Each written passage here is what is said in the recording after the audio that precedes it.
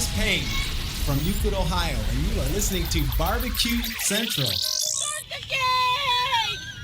Let's go! We'll do it live. Okay.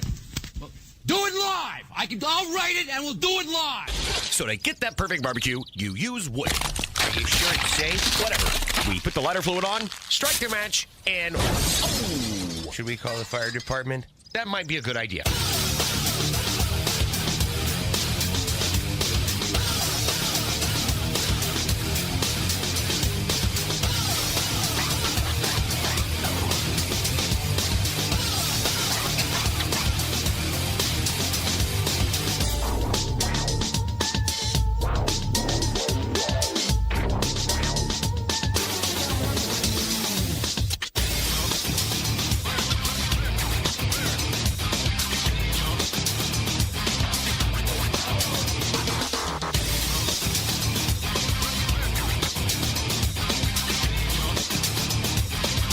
Welcome to the really big Barbecue Central show. This is the show that talks about all things important to the world of barbecue and grilling.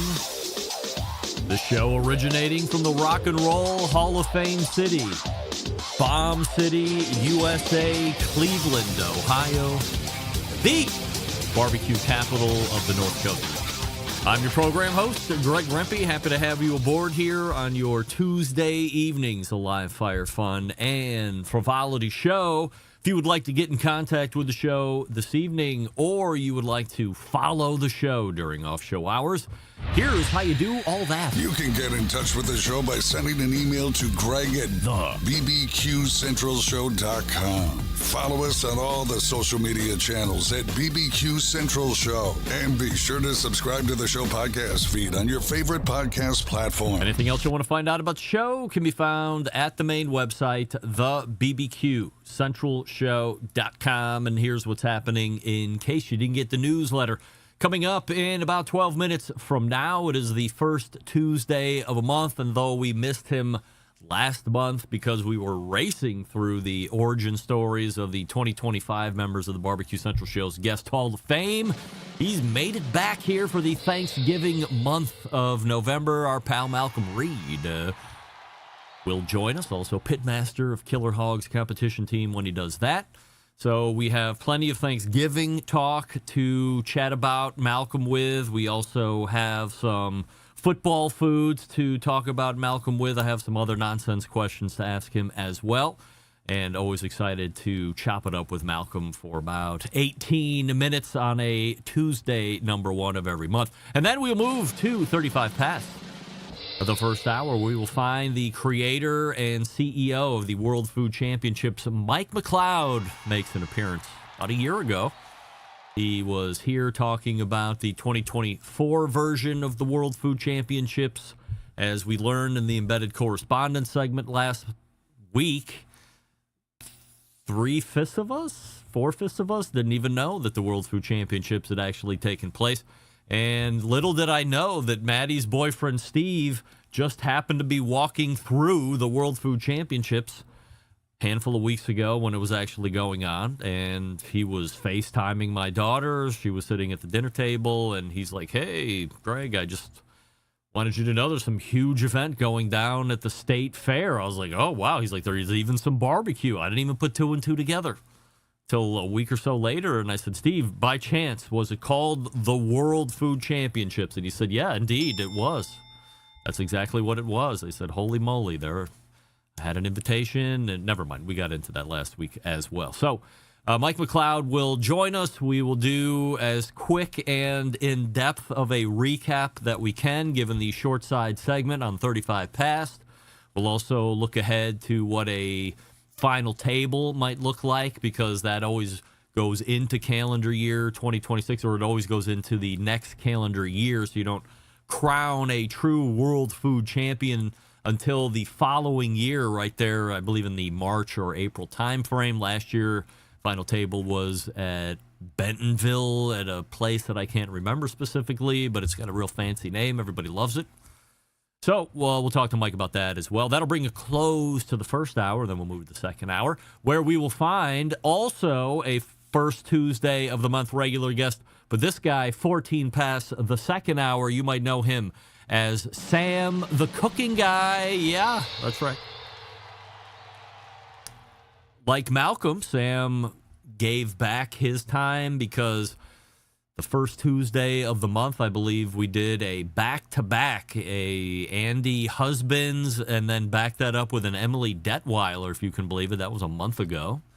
And Sam relinquished his time to Emily Detweiler, who gave an outstanding interview. And we have plenty to catch up as it relates to Sam the Cooking Guy as well. So that's how the show is laying out here this evening. Malcom Reed and Mike McCloud in the first hour, and then Sam the Cooking Guy in the second hour. Don't forget, you can follow me socially, Instagram, Twitter, TikTok, Snapchat, and LinkedIn, all with the handle at BBQ Central Show. And, of course, we say good evening to those of you watching tonight through one of our video streaming platforms.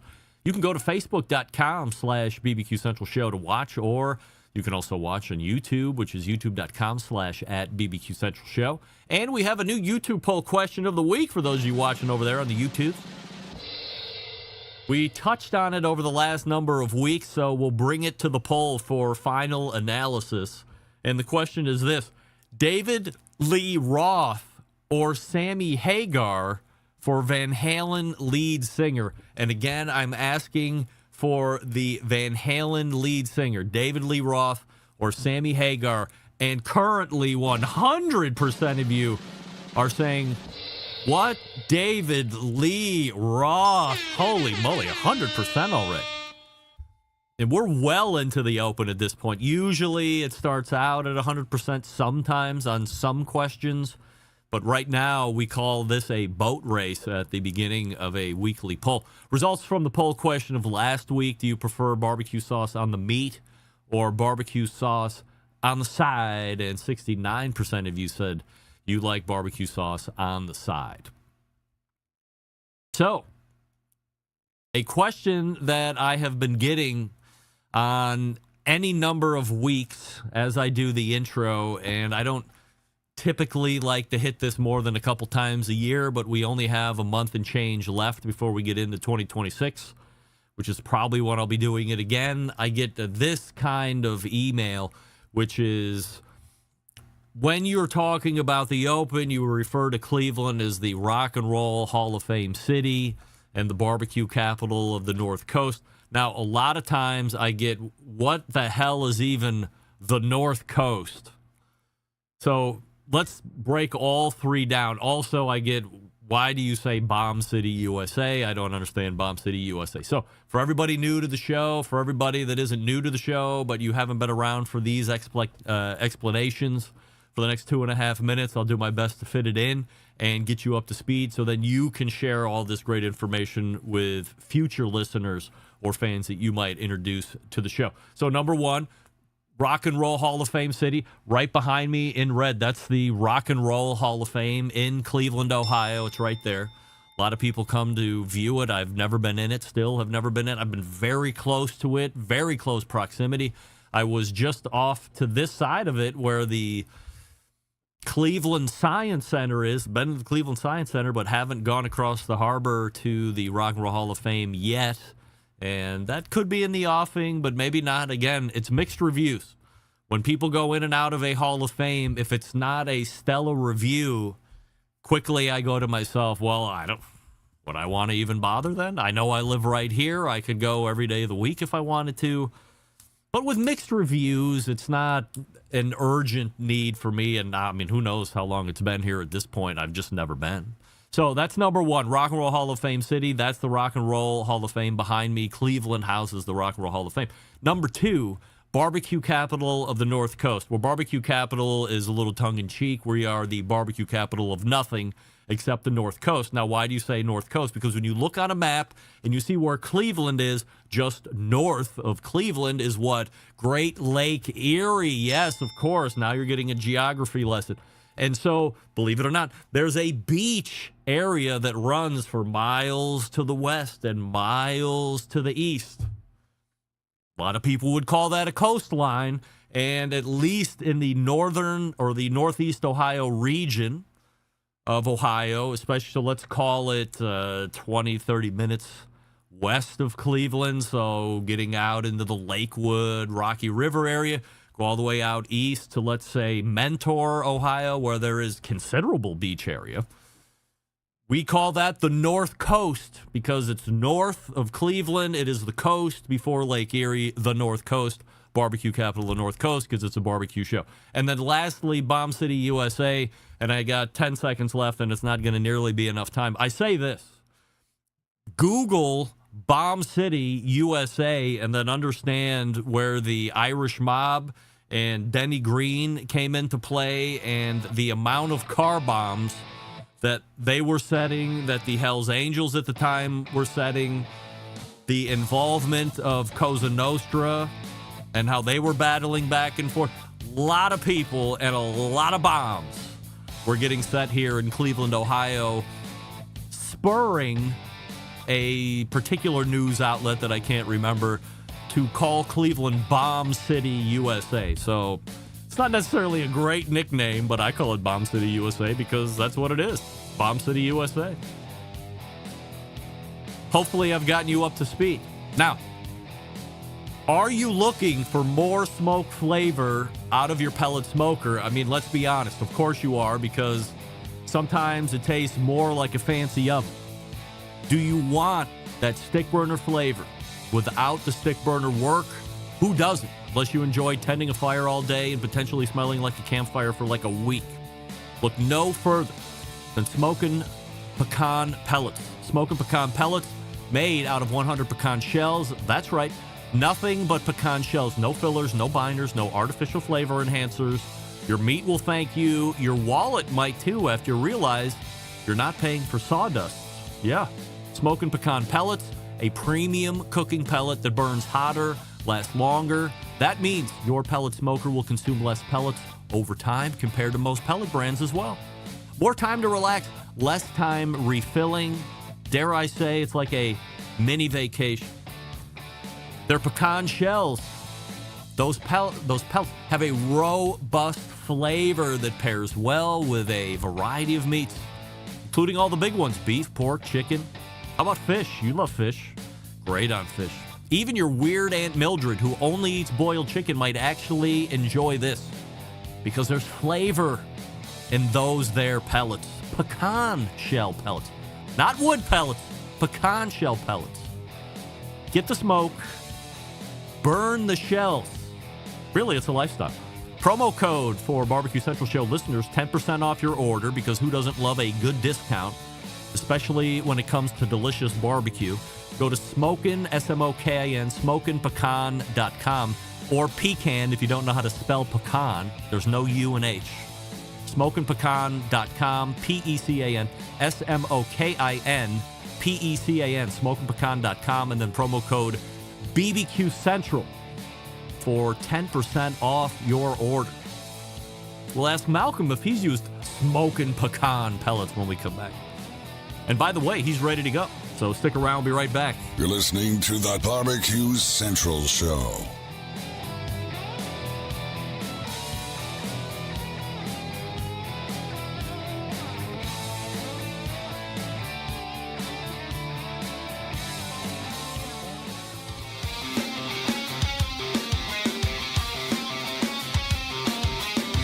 Broadcasting live from the Barbecue Central Show studios in Cleveland, Ohio. You're listening to the Barbecue Central Show.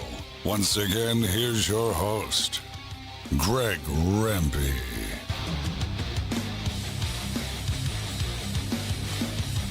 Smoking Joe's Pit Barbecue has a question in the instant chat. Why do you call the show the Barbecue Central Show? Not now, Joe, not now. There's a story to that, believe it or not. Do you know the story? There is a story. Hey, the segment brought to you by Fireboard, makers of Fireboard 2, Fireboard Pro, Fireboard Spark, the Fireboard Beacon, and the wireless Fireboard Pulse. When you use the Fireboard app, you have total access to all devices anywhere in the world as long as they are connected to your Wi-Fi network or LAN. Find out more by visiting fireboard.com or call 816-945-2232. And dare I say, anything that Fireboard makes should be on the top of your list for the holiday season. which we're pretty much in. So whoop-de-doo and dickory-dock, I already got 2 Christmas trees up already. Those aren't even the big ones, you can believe. As soon as Halloween is over, Becky's like, get your ass down there and let's start pulling up the Christmas stuff. And who knows Christmas better than my next guest? But before that, it's Thanksgiving. It's Malcom Reed. Hey, Mal. What's up, Greg? What's happening?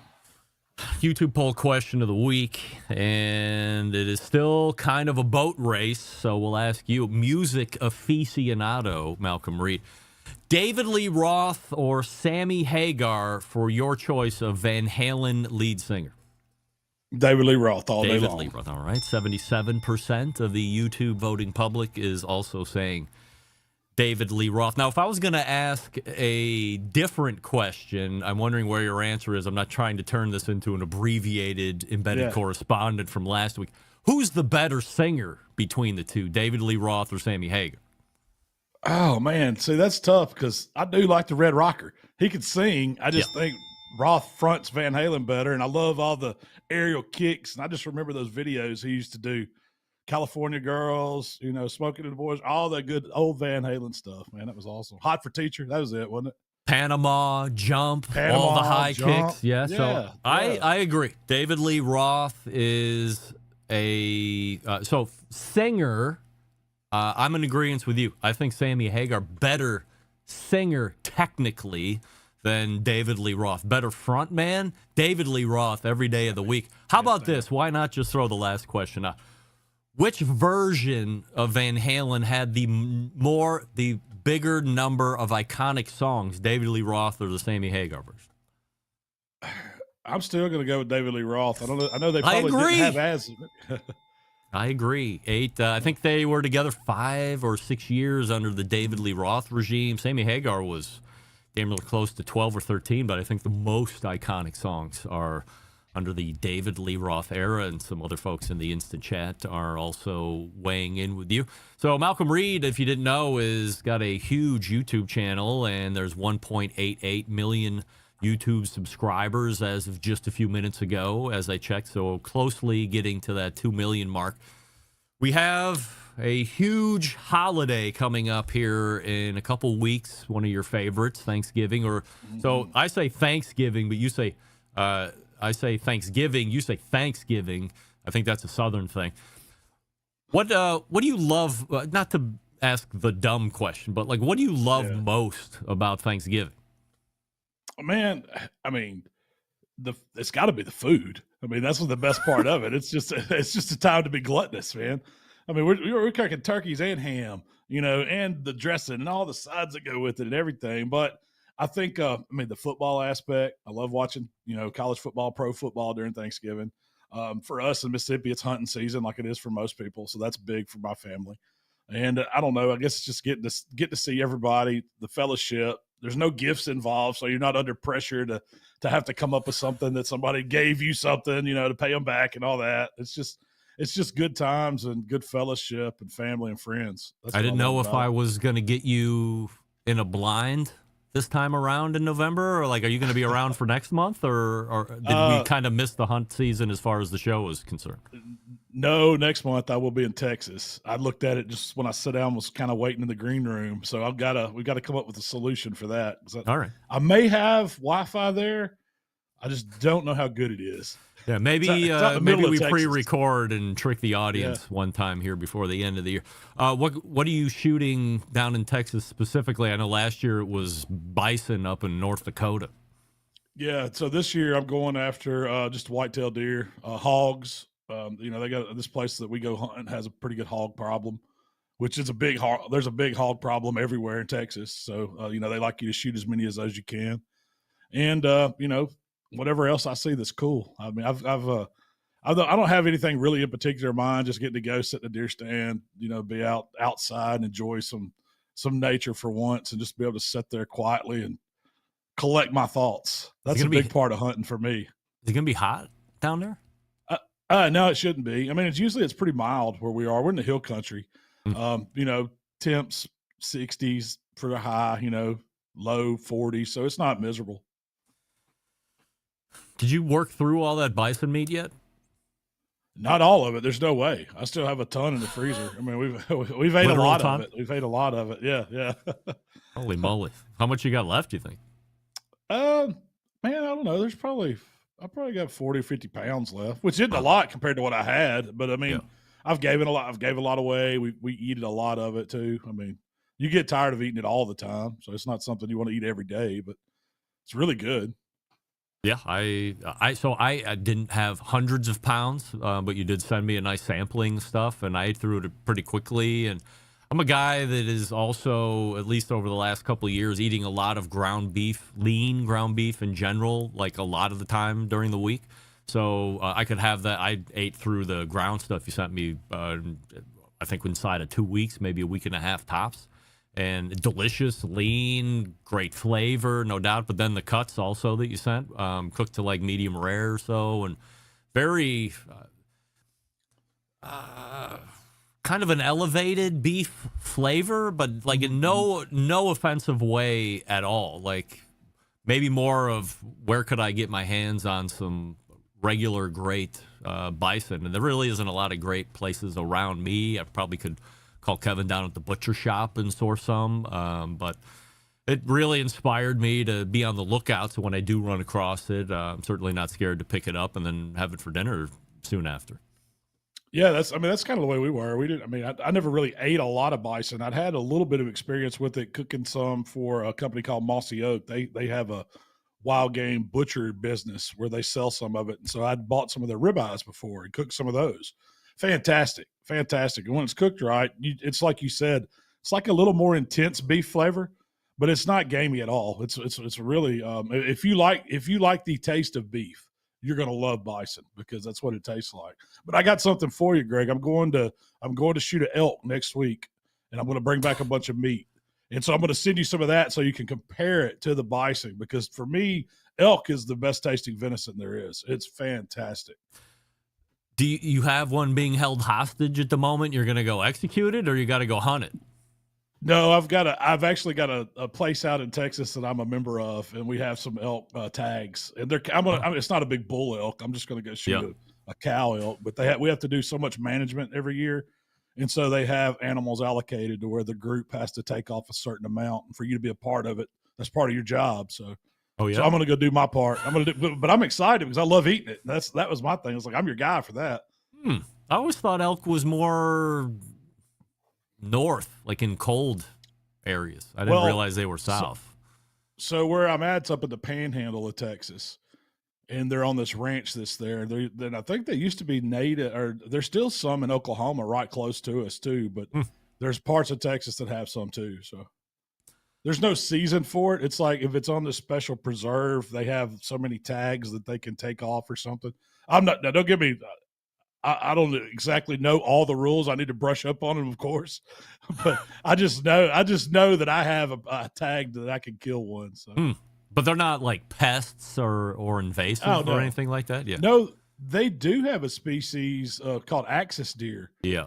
They consider them somewhat invasive because they're not natural to Texas. They were introduced, and they kind of got out of these high fence areas, and they kind of started reproducing and taking over. So you can shoot those when you see them too. I was lucky enough to shoot one last year at a different place in Texas, and man, it was fantastic too. Axis deer tastes great. So when you got the bison down, you had it like quartered, and you rented a 18-wheeler to haul all that meat back, and then you ended up having it processed in Hernando or somewhere close by. When you get your kills down in Texas, do they butcher on site there, or you have a similar process of getting it back? No, what we do is we quarter the animals up, and we pack them on ice, and then we just truck them back. We throw them in. I mean, I've got my big hog cooler that I use for competitions to take hogs to contest on. It'll hold, man. It'll hold probably two quartered up elk, and so we're going to take that over there. We go and take a vacuum sealer. We might go ahead and break some of it down off the bone. I'm not going to do any like grinding or anything like that over there. I'll bring it back and do all that when we have time here. But the goal is just to get it cooled down fast and on ice, and then get it back to Mississippi. And you will end up butchering yourself, though. Yeah, this one I will. Yeah. Because I mean, I don't want to mix it with anything. I just want the ground elk. I'm not adding any fat to it. It's kind of like that bison. We didn't add anything to it. That's just that animal. And I like the flavor of it. I think it's great. It's really healthy. It's a great choice for your, if you need some really good red meat to eat, introduce to your diet. Wild game's great for that. Elk and bison are up there, some of the best protein you could eat. You going to serve it for Thanksgiving in a couple weeks? No. My mom and dad wouldn't get down with that. Really? They're more traditionalists. Yeah. They didn't say I didn't really grow up eating wild game because my parents never liked it. And I think it comes back like if you were a kid and you grew up and you were forced to eat it because you had to, a lot of times they grew out of like they didn't want to eat that. They didn't want to serve that to their kids when they got older. And so I never was like forced to eat wild game. We didn't have to. I come from the latchkey, with supermarket, grocery store stuff. Yeah. Everything we got was bought, How did you get your first introduction into game? Well, I had an uncle that had a farm, and my dad's brothers would hunt when I would go, so I would see them coming up there and hunting around Thanksgiving and all that. So I just decided I wanted to start going, tag along, and bother people. And when I was younger, they would take me, and then as I got older enough to go myself, we've got a ton of public land in Mississippi, and so I would go, and friends would go, we'd go, on public land and just do the best we could.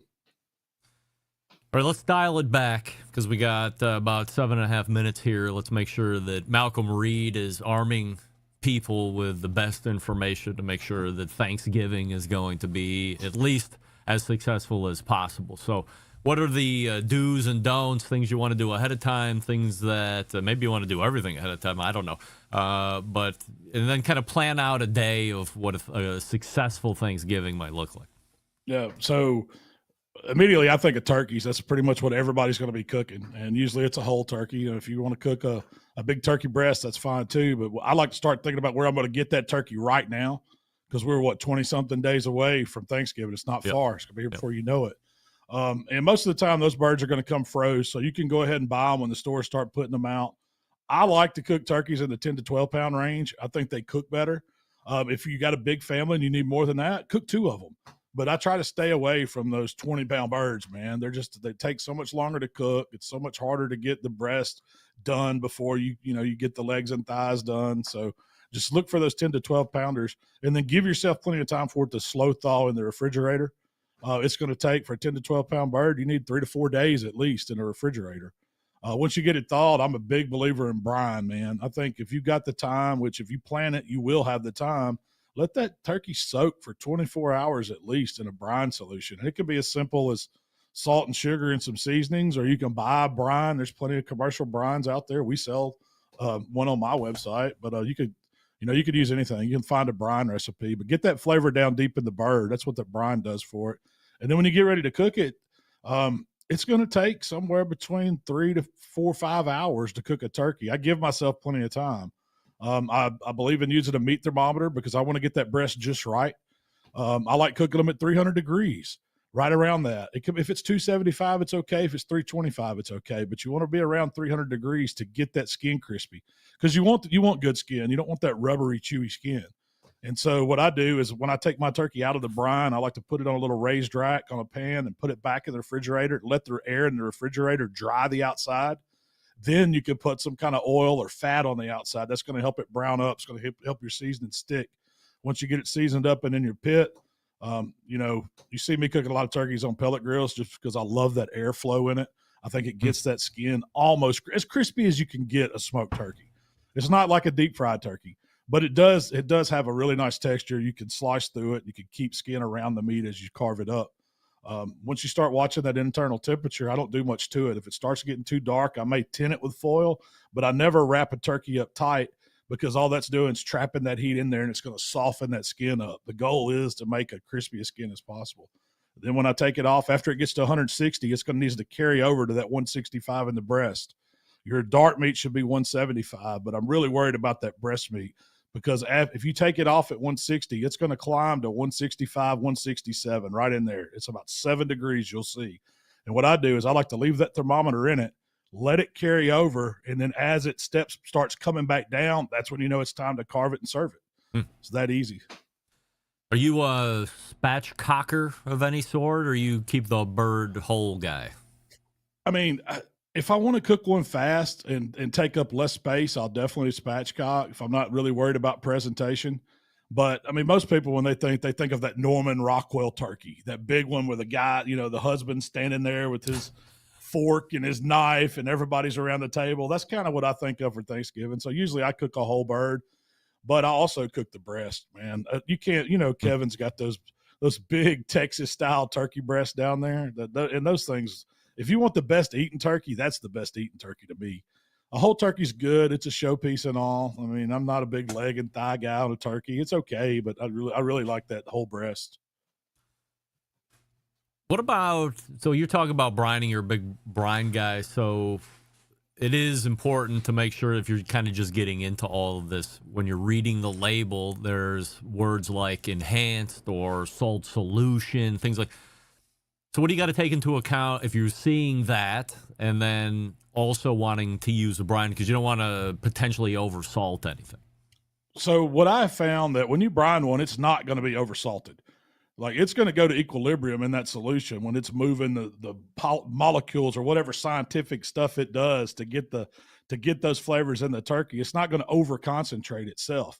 So I don't worry about if it's already injected or whatever. And in fact, some of them I'll inject anyway. Like when I do a Cajun turkey, I like to take a stick of butter and some chicken broth and some Cajun seasoning just to shoot that in to give me some more flavor to go with that salty savoriness that you get from the brine. And I've never found it to be overpowering. To me, turkey is so neutral, man. It can take on just about any kind of flavor you put on it. And so it's by itself, it's kind of bland. So it really needs all those seasonings, the salt, the sugar that's in the brine, any other flavors you put in it. That turkey can handle it. I get that question every year. I've got one of these injected, pre-injected solution turkeys. Do I need to brine it? Do I need to inject it? And my answer is always yes. Yeah. Add more flavor to it. 2 best side dishes in Thanksgiving. Do you consider dressing or stuffing a side dish? Because you got to have that. Of course. You got to have that. And then, man, I'm a casserole guy. So, sweet potato casserole, mac and cheese casserole, hash brown casserole. You give me all those, green bean casserole. I want all of them. Wow. All right. So we know what Malcolm's going to be doing. Last question before I let you go. I had mentioned it as we were coming into the segment. I'm kind of reintroduced to a company called Smokin' Pecan, which is pecan shell pellets. Have you heard of them? If so, have you ever tried? So I did. I got some samples of those, and this has been several years ago. I don't know if it was early concept or they were just hitting the market. I can't remember the gentleman's name that sent them to me, but he just wanted me to try them and kind of give him an honest review. And I remember, so what I did, I didn't really get enough to fill a hopper up with them, but I mixed it with some pellets just to see if I could pick up some of that extra smoke. And you definitely do get extra smoke with them. I know it's a premium product. If I remember right, the price point was, it's substantially more than a bag of pellets, and it may have came down. I hadn't seen them for sale here lately, but I'm definitely going to go check those out because I thought the idea was great. 100% pure pecan hull, make it a pellet. I mean, that's how you get flavor and stuff. Because, a lot of these others are just compacted sawdust almost, and they add some wood in it to get some flavor, but you don't get a ton. That's why, it's hard for me to say all the wood species matters on pellets because I've tried them all, and I can't pick up. I'm not that good enough to pick up on one and say, yeah, you used apple pellet in that, did you? Or you used, maple or something, that's so neutral that it doesn't really matter. Now, if you use mesquite, I can pick up on mesquite. There's no doubt about it. But I don't know. I love that idea of that pure product, and I think it's a great idea. Malcolm, always appreciate the time. Have a great Thanksgiving. Tell everybody I said hello, and we'll figure out December when we get closer. We'll stay in touch, Greg. Have a good one. Happy Thanksgiving, everybody. All right, take care. Malcom Reed right there. So he remembers being a fan of the pecan pellets as well. It's great. Bob McClurg, I saw your question. I can email it over to Malcolm. We just ran out of time. Best barbecue right seasoning for elk or other game meat. I'll find out that answer for you. Can you email me that question so I can forward it to Malcolm? Because I'll forget by the time the show's over and the chat will have gone up. And I will just be a bad host and forget. I don't want to forget. I want to help you, Bob. So email me, Greg at thebbqcentralshow.com, and I will ask him. Hey, what do we love about ceramic cookers? We love that they're fuel efficient. We love that they can achieve low and slow temperatures for the traditional barbecue meats. We love that they can get rip-roaring hot for the high-temperature grilling of steaks and other thin cuts. But what's missing in the everyday lineup of ceramic cookers? The real ability to do true two-zone cooking. Two-zone cooking is very important to both professional and backyard cooks alike. It's the best way to manage a fire and cook with confidence. However, getting a two-zone fire and a round ceramic cooker is not very realistic. Why? Because it's round. And a Primo grill in the game-changing oval design, the shape gives you the ability to execute that two-zone setup that you desire. It also gives you the other ceramic grill benefits as well. And when you break it down, there's more than 60 different ways to configure the Primo cooker, so you're only limited by your culinary imagination. Only sold through dealers, so you have to go visit them in person. Go to primogrill.com, find a dealer near you, then visit said Primo in person, and then pick the oval that is best for you. I've said it many times. I've never known anybody to buy bigger than they originally thought and then were disappointed. Always the buyer's remorse is, I should have gone bigger. In this instance, you can go bigger. You can go XL, you can go double XL. Primogrill.com. Follow them on Facebook and Instagram. We're back with Mike McCloud right after this. Stick around. Be right back. You're listening to the Barbecue Central Show.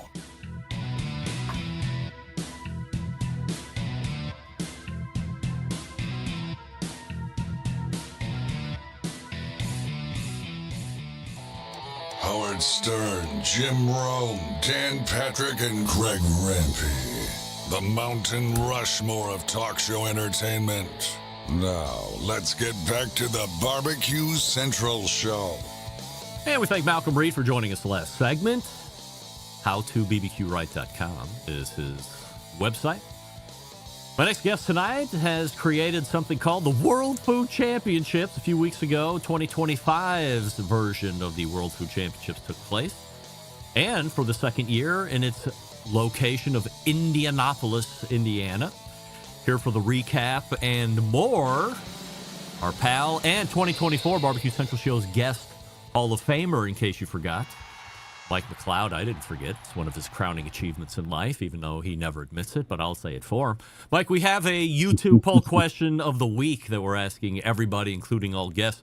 David Lee Roth or Sammy Hagar for Van Halen singer? Sammy Hagar. Sammy Hagar. All right, 75%. Yeah. Oh, I'm Only sorry. because I stood next to his car when he was trying to auction it off with Barrett Jackson last year.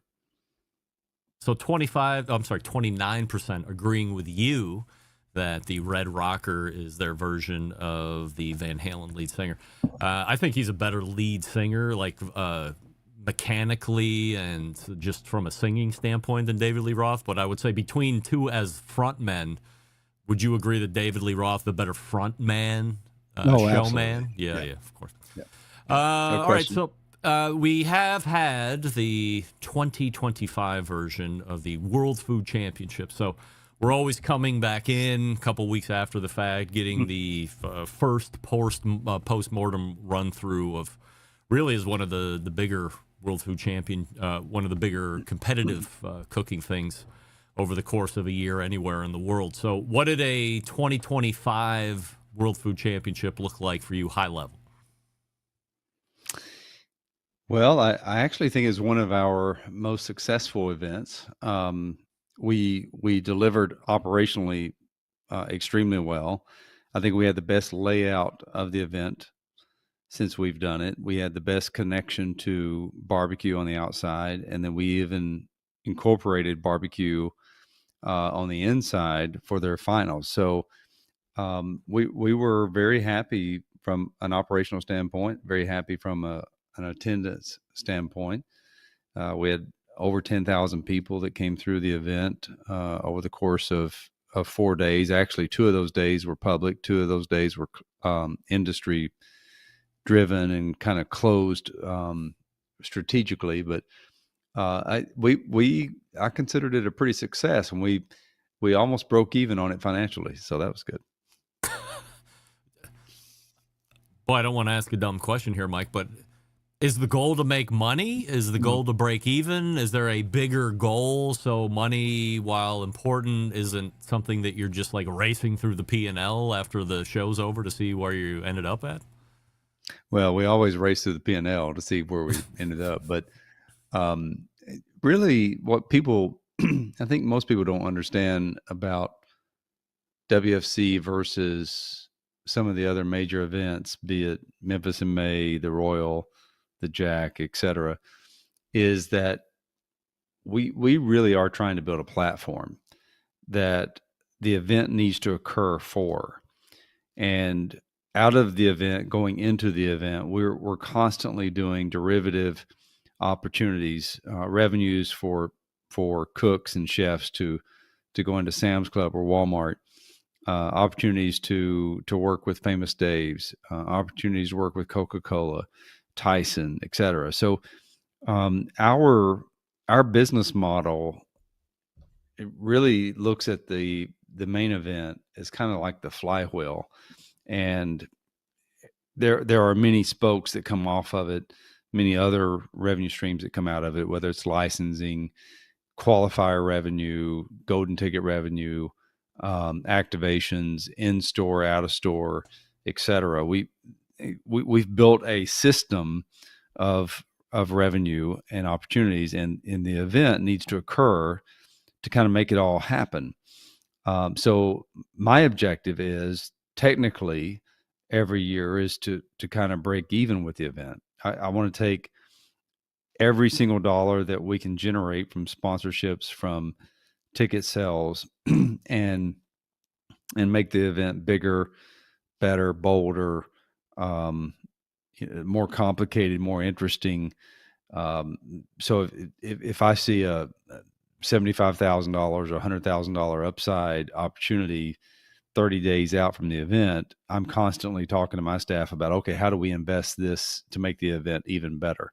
Is there another celebrity chef we can bring in? Is there an activation that we can create? Is there another entity in Indianapolis, in this particular example, whether it's the Pacers, the Colts, et cetera, who we can bring in and bring more attention to this whole concept of food sports? So that's why when I talk about the event breaking even, I'm actually happy, because we looked at it as an impetus, a reason du jour, a platform establishing element that gives purpose to everything else that we're doing. You'd mentioned that the layout this year you thought might have been the best one to date. It's your second time in Indy, so what did you figure out from 24 that you were able to improve on in 2025? So we had access to a beautiful facility in Indy. That's one of the reasons we moved there. They have an ag pavilion on their fairgrounds. It's brand new. They spent probably almost $100 million building this facility, and it's surrounded. It's high ceilings, open architecture from like an open span perspective, and then it has roll up doors on pretty much every two of the main sides of the building. And what we had done last year is we kind of bifurcated the facility and used it operationally in a way that was great for us, but not necessarily great for the intent of the facility. So this year we repositioned our main stage, and it allowed us to open up the entire span of the arena, which accomplished a couple of things. One, we created a football field of cooking kitchenettes, and to the right of it, we integrated our sponsors. And if you were standing at the entrance and looking out over the entire span of the building, you could see that there was something else outside. You could see that through the row top doors, that there was activity, there was smoke, there are things happening outside. So there was a natural pull to the end of the building, which is the way they had architected the building and planned it in the first place. So and it worked fantastic for us operationally. It pulled a consumer straight from the entrance right by our football field, right out into the parking lot where the barbecue zone was, and where we had our big barbecue kickoff party called Ignite. When you talk about getting barbecue inside for a portion, how do you do that, and how is that safe or legal? It's not legal if you do true barbecue, but so we had 44, 45 cooking stations built indoors. The barbecue teams had to cook outdoors. Open flame couldn't occur legally indoors. So open flame was outdoors. And what we created this year was a situation where the barbecue teams in the finals on the third day of barbecue competition could start cooking outdoors whenever they wanted to. But the last hour of their cook, which normally involves plating of their dish and final touches to their dish, of course, had to occur indoors in our kitchen arena. We did that for several reasons. One, to make sure that they were contained and that they were close to turn-in window area, and that they weren't going to be late. They were going to be logistically right there in the heartbeat of WFC, where we had live action judging going on in 9 other categories prior to them. We put them right at the very end. And then secondly, it forced them to really plan their cook in a way that they had to think about indoors. What were they going to do in that last hour before they met the window? Otherwise, if you're finished an hour and you just come in there and you're kind of twiddling your thumbs, your meat's going to, or your dish is going to get ruined or cold or hot or whatever. And thirdly, we gave them all a secret ingredient, a mystery ingredient that they had to incorporate. So we wanted to see, would they put that on the grill, or would they put that in the ovens and or the microwaves that we had in the kitchen arena? So that gave our consumers, attendees, a great opportunity to see barbecue teams planning, approaching, finalizing their dishes, just like every other category. So it put barbecue a little bit in parity with everything else that we do at the World Food Championships. And that's one of the reasons that we thought that would be a good move.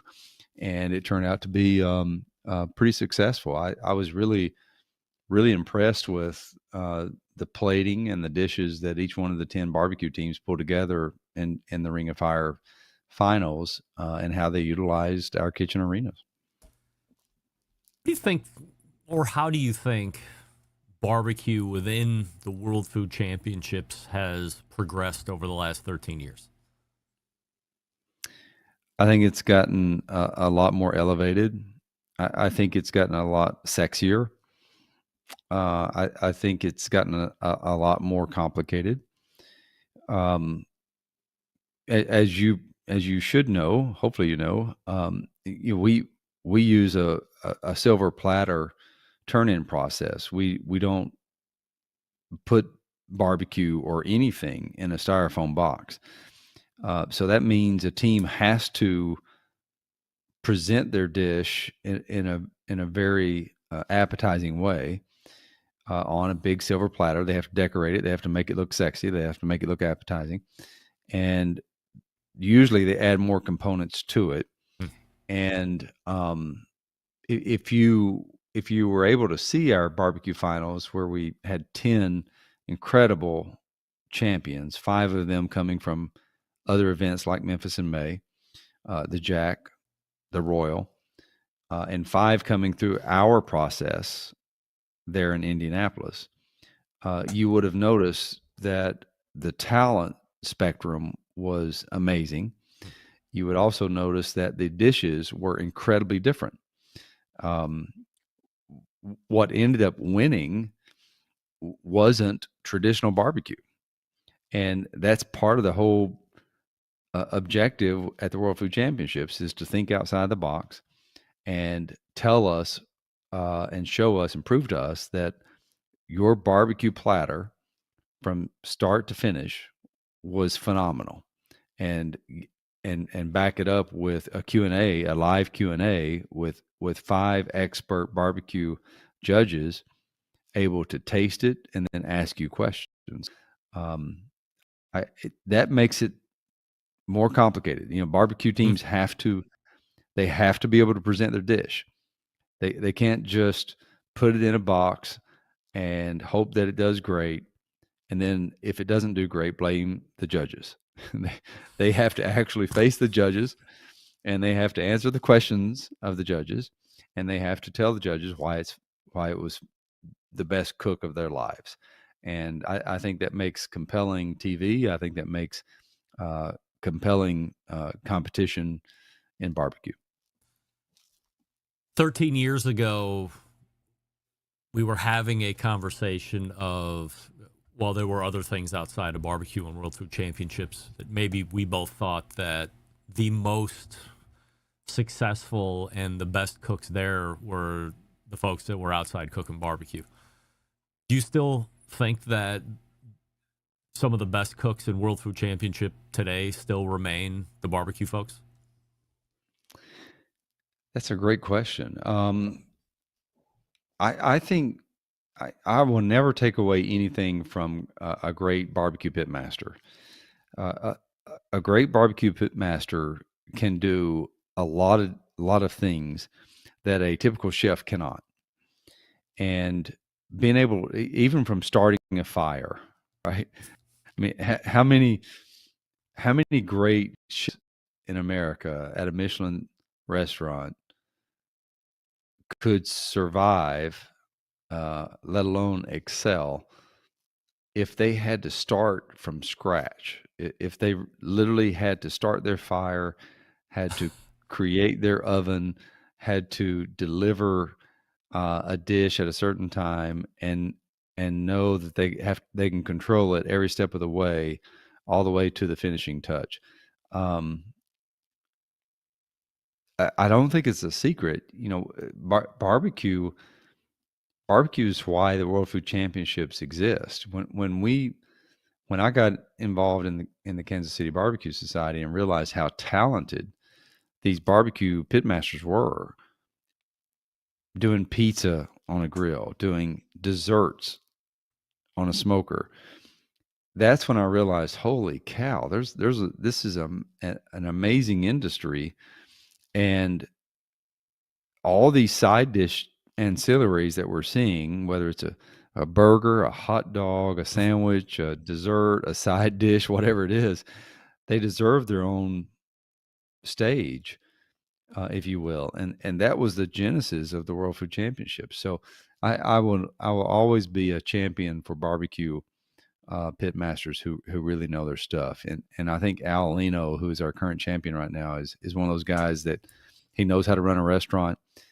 He knows what it's like to be at the final table. He knows he's going to have to be good outside of a kitchen, a professional kitchen, and also inside a professional kitchen. So he's going to have to learn how to also work the ovens and the fancy equipment on the inside. But it doesn't, I don't have to look at just our champions. Look at, like your former guest, Malcom Reed. I mean, Malcom Reed could work his way around any kitchen and do phenomenal things. Tuffy Stone. I've never seen someone be able to attack a challenge, a cooking challenge like Tuffy Stone, right? So these guys and gals are phenomenal at what they do. Now,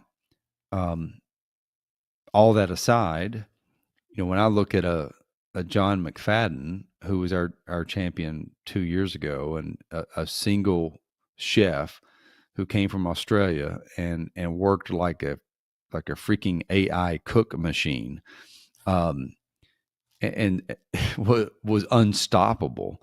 I look at his talent and I'm also amazed at his ability to create a dish from scratch.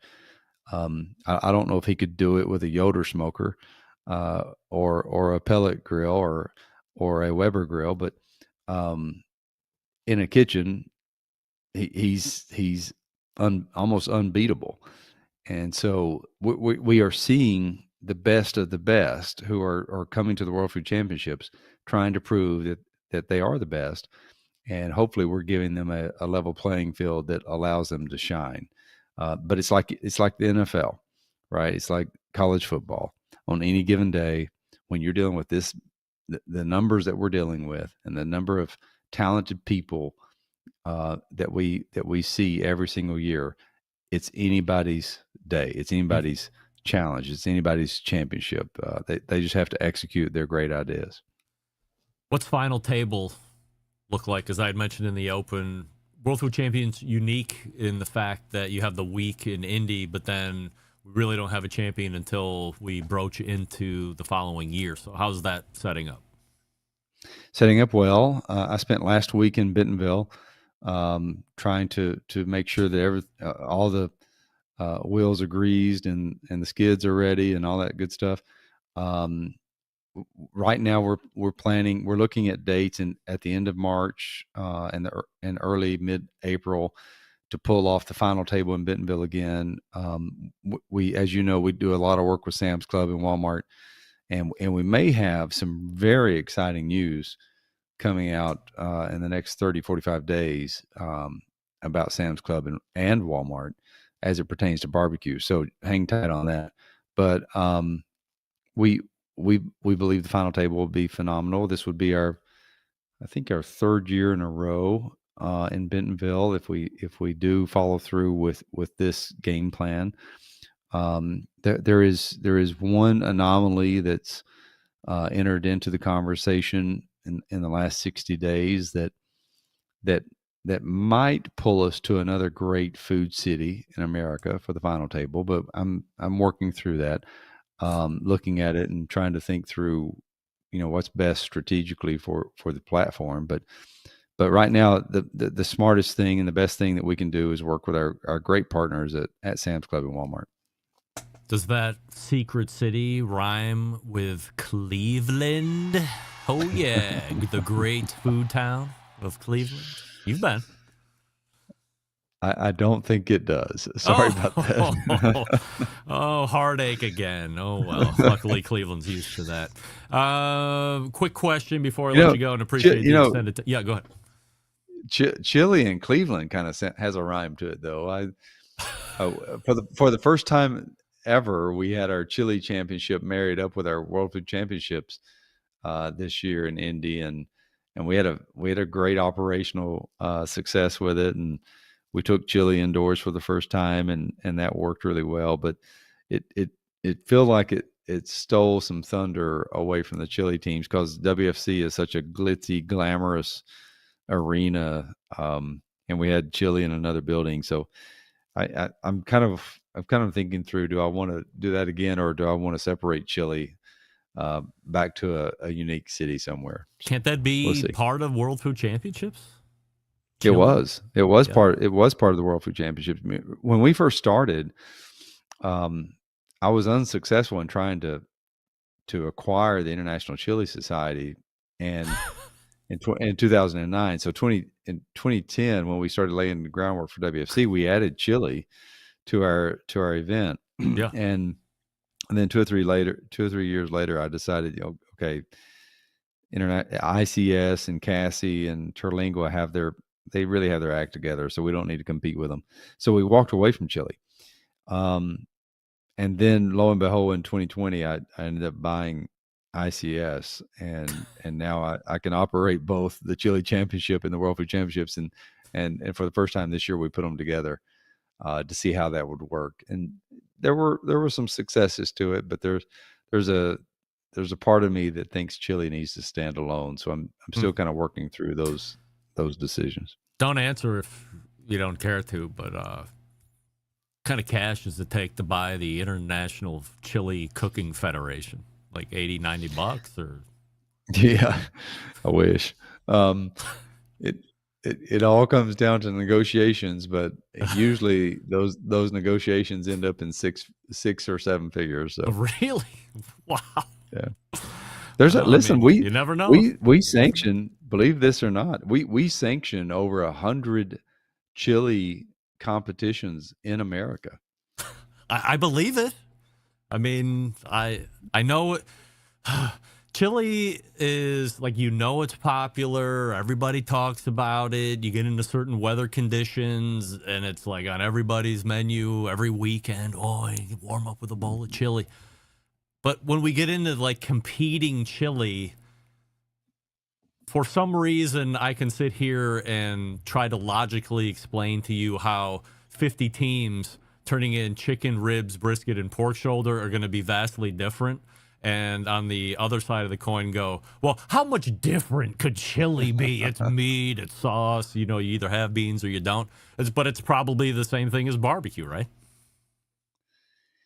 Yeah, I don't want to paint that broad brush like you are, but I will say that when we added homestyle chili to the mix, it was a great addition because it brought a lot of variety to the table. What is homestyle chili? It's whatever you want it to be. It could be Cincinnati 3-way chili. It could be with beans, without beans. It could be white turkey chili. It could be a whole lot of things. So the homestyle chili, I like traditional red. I like chili verde. They will always have a place in the landscape of chili. But homestyle chili is very unique. I mean, if I'm making chili at home, I'm adding cornbread, and I'm adding sour cream, and I'm adding a dash of honey to it. So those things just warm my heart and stick to my bones a lot better than the other chili. So, not to go down the chili rabbit hole here, but here we are. At other chili sanctioned events, you're showing up and you're cooking whatever you said, Texas Red or Chili Verde, whatever the hell that is. And like everybody's showing up and cooking that, and you have to have the best version of that in order to win that event. I thought it was all home style chili. You showed up and you cooked fucking chili. Yeah, you have to do at least 3 traditional chilies. One is traditional red. The other is chili verde, which is green chili. And the third would be salsa or veggie chili. And then we added home style chili, which opened it up, allowing you to cook it any way you want to. So those are the 4 verticals right now. I don't even know if I've had a chili verde. Is that, you should try it. Is that available at restaurants? I only see red chili. Does that qualify as chili red or whatever? Yeah, you don't see chili verde very much at a restaurant, but it's the second most popular chili in the chili sanctioning world. Huh. So if I can get you an invitation other than through LinkedIn next year, and you come to the competition wherever we are with chili, I will make sure you try chili verde. If you like spicy, oh yes, you got to be you got to like spicy. If you don't like spicy, you're not going to like chili verde. Love it. You may actually like chili verde. All right. Well, you could be looking at the new president of the chili component of Mike McCloud's food empire. You never know. I mean, here. Hey, we can negotiate those terms after the call if you want to. Yeah, and from what I understand, dealing with me, they are in the 6 or 7 figure range, just to keep it all right. all cohesive there. We're talking with Mike McCloud here, by the way. WorldFoodChampionship.com is the website. And keep your eyes and ears open for the final table. Maybe we can circle up once you get all those details nailed down, and we'll do a little hype for that one. Yeah, we should probably talk in January, Greg. I think we're going to have some great news to share with you. Okay. And I'd love to talk more about the Ring of Fire Barbecue Championship when we get a chance. I think it's one of the steps forward for the industry. Mike, always appreciate the time and look forward to January. Take care. Buddy. Mike McCloud. Class. Nothing but class. I'm not going to sit here and try and guess anything. You know what? I'm just going to leave it at that. I'm not going to try and guess anything yet. All right, we're a little over. That's fine. Do a little clock catch up. I think I'm good here on my business. So we will wrap the first hour. do an abridged second hour open, and then we'll get ready for Sam the Cooking Guy. So stick around. We'll be right back.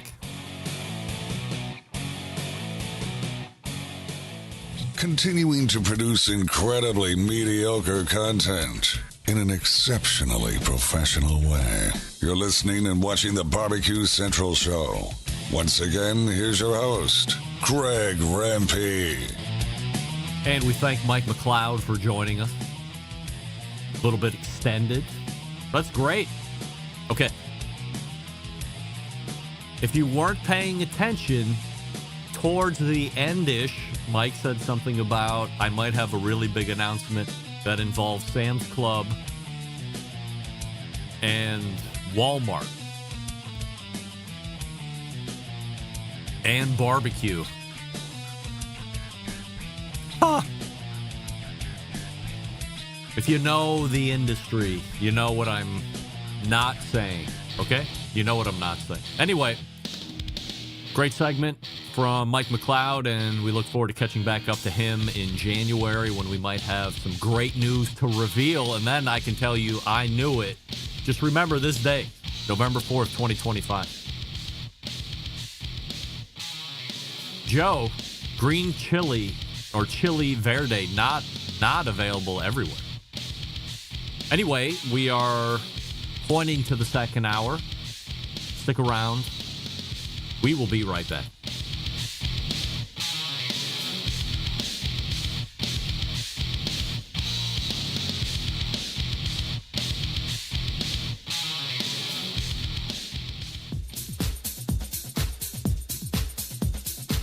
Happy to have you aboard here for the really big barbecue show. Boing.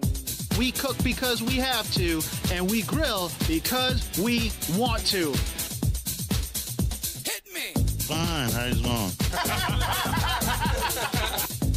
You have a great show. I'm a big fan.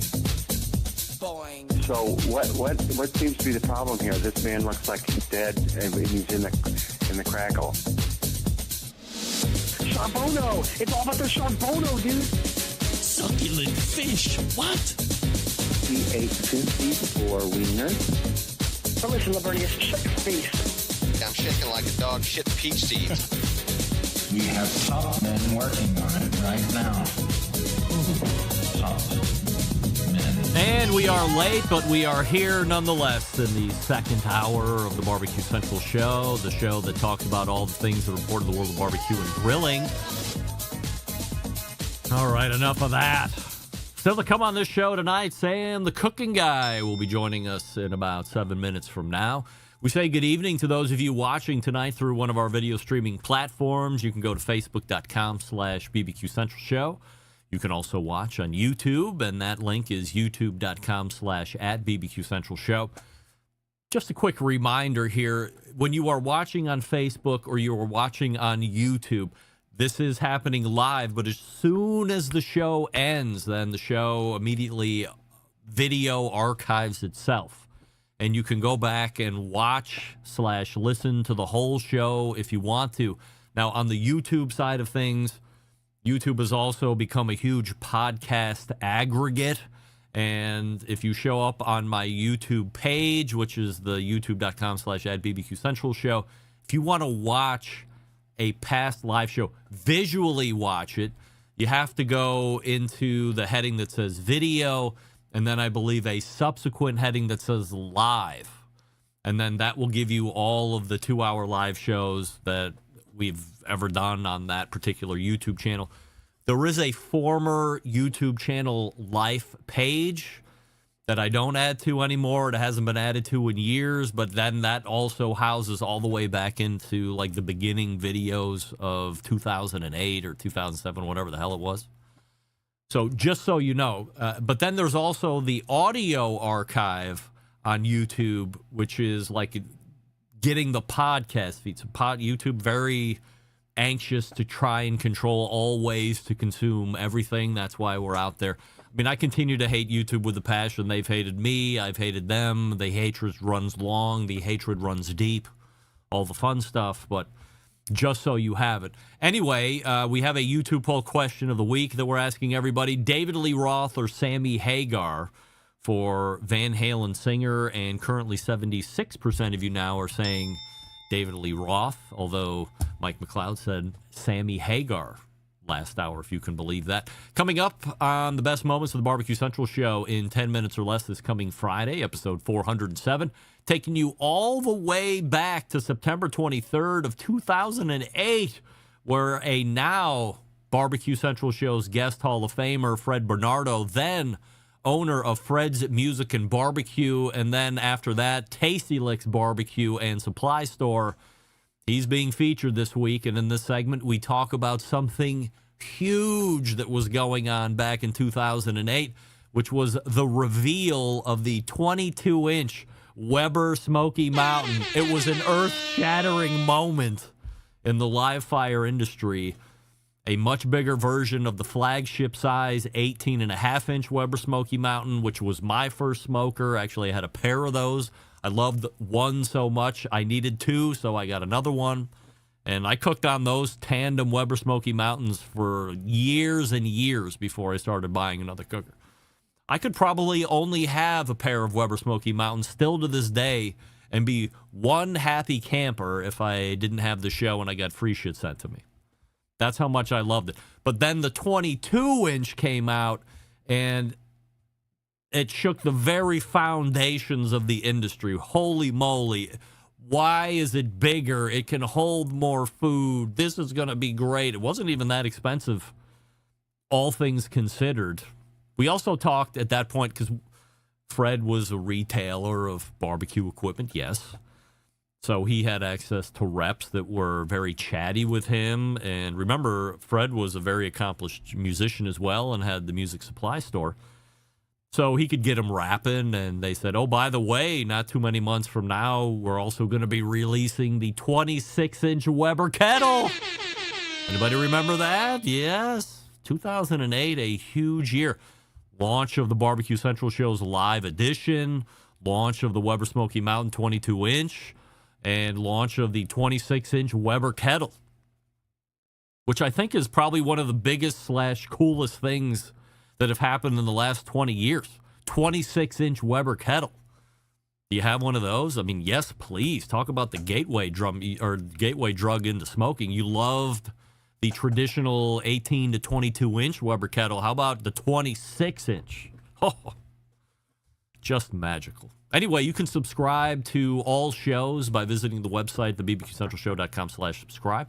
Also, if you would like to hear a guest or a past segment again that you feel has been lost in the now extensive archives of the show, you email our pal John Solberg. Let him know what you would like to hear. His email is John, Jon, at thebbqcentralshow.com. And before we step away real quick, I do want to wish Aaron Huntelman and the gang over at Mr. Brisket good luck as they head to the American Royal tomorrow, I believe. Big trip, lots of product on that trailer. Very cool of them to provide a substantial amount of, not giving, but they've sold that meat, but still over 25% of the meat that will be used in the competition of the American Royal this coming weekend will have been provided by a Cleveland-based company, Mr. Brisket. So we love that. And as Hank pointed out in an email a little earlier today, I believe they're off. The stores close Saturday and Sunday, or Friday and Saturday, because Hank's also going to be in Kansas City for the American Royal. So we wish them nothing but success and good luck, and hope nothing happens in transport for all that meat. What a shame that would be. Sam, the cooking guy, is in the green room. Before we get to him, let's talk about, what did I do with it? Yeah. Just a big dummy I am. Got to get to the new copy from Big Papa Smokers. Hey, this holiday season, light up the holidays with Big Papa Smokers. From award-winning barbecue gift bundles to game-changing Green Mountain Grill and Mac pellet grills, and the legendary Big Papa Smoker drum, they've got the perfect gift to fire up every backyard. And right now, get $10 off your next order of $50 or more when you use the promo code REMPE, the best last name ever, REMPE, no K, REMPE at checkout. Plus, for a limited time, Cucaracha is still available, yes, but every order comes with a free bottle of Big Papa's Cucaracha, a little heat to spice up your holiday cheer. Visit BigPapaSmoker.com and light up the holiday with bold flavor, legendary gear, and gifts that smoke the competition. Offer now valid between now and December 31st. So at checkout, if you want $10 off your next order of $50 or more, use promo code REMPY, and then for a limited time, every order coming with a free bottle of Big Papa's Cucaracha. Little spice. Again, that's promo code REMPY. $10 off your next order of $50 or more. BigPapaSmokers.com. Order valid now until December 31st, New Year's Eve. We are back with Sam the Cooking Guy right after this. Stick around. Be right back. You're listening to the Barbecue Central Show.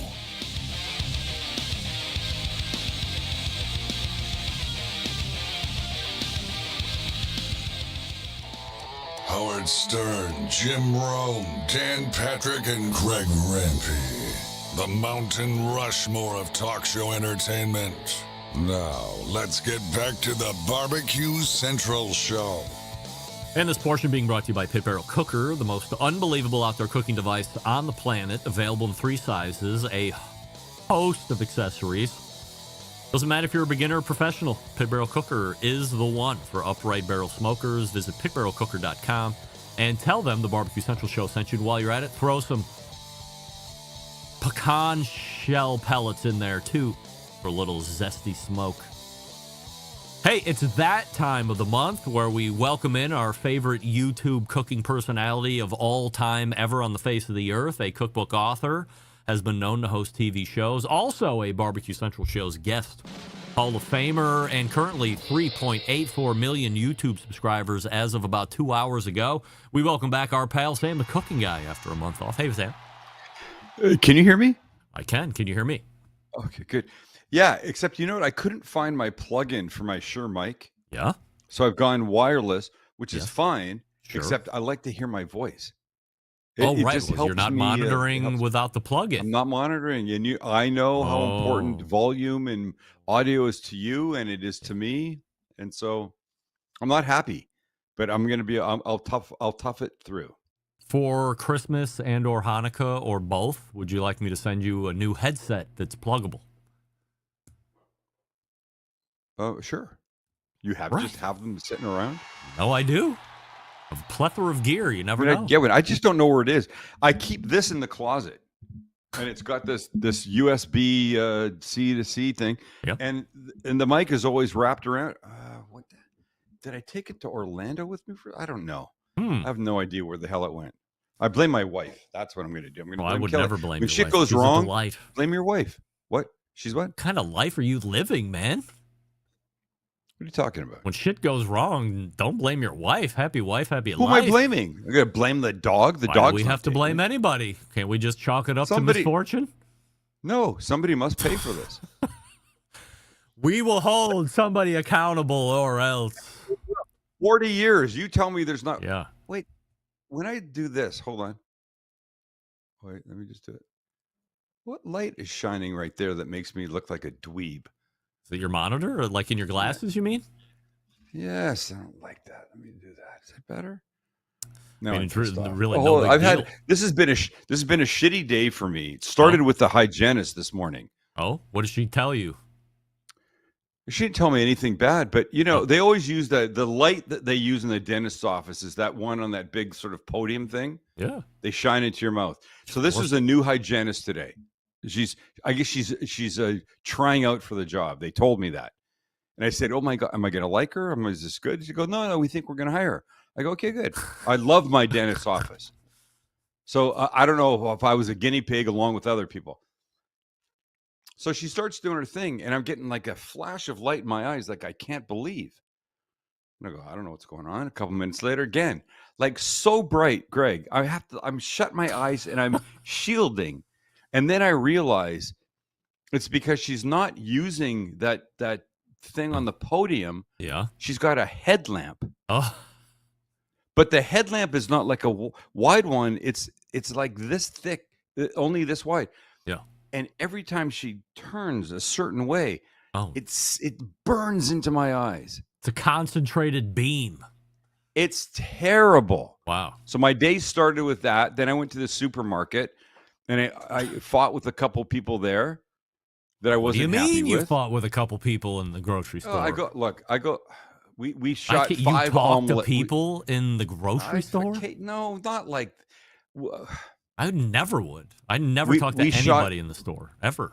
I talk to people. Like our YouTube video that we shot today was 5 different omelets. Yeah. And I was doing a Philly cheesesteak omelet, and I decided to. I don't want anybody shitting on me for this. I wanted white American cheese.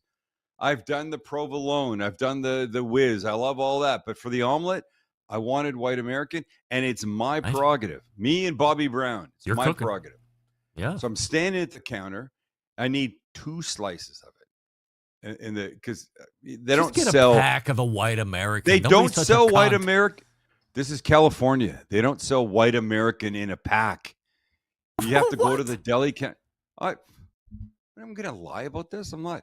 They don't sell white American in a pack. They sell the regular American, the orange. Yeah, which is not natural, but okay. Listen, of course it isn't. But I wanted white American. I agree. By the way, I feel like a racist asking for it. The lady I want goes, that white American. I know the lady goes, "What do you want?" And I'm like, "I want 2 slices of the white American." So, she goes, "What would you like?" I go, "I need just a couple slices, regular slices of the white American cheese." And she goes, "Would you like the boar's head or the primo?" Right? And I go, "I don't care. Whatever one's cheaper."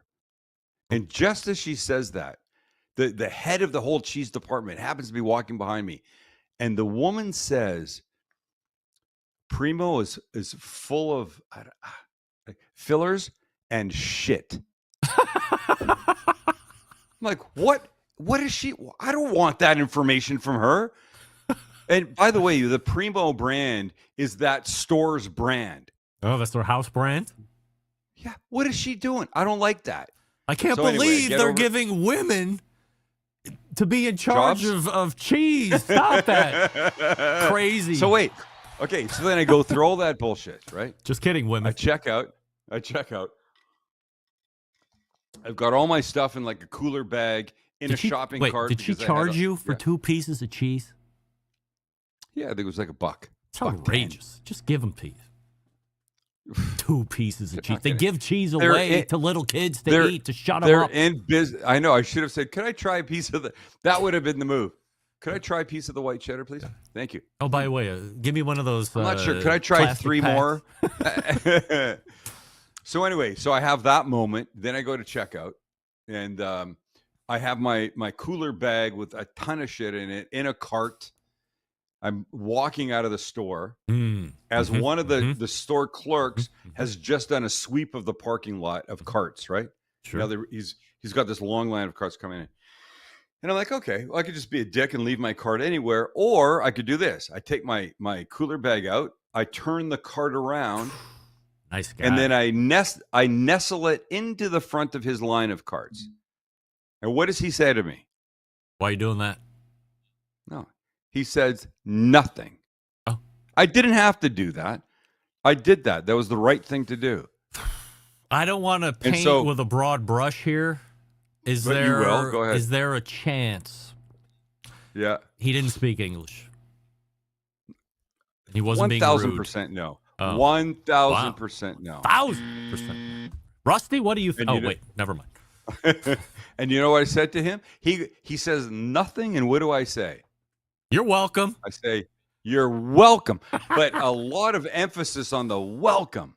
Wow. And I give him the look. It's like one of these. "You're welcome." Did he have like 20 in a line?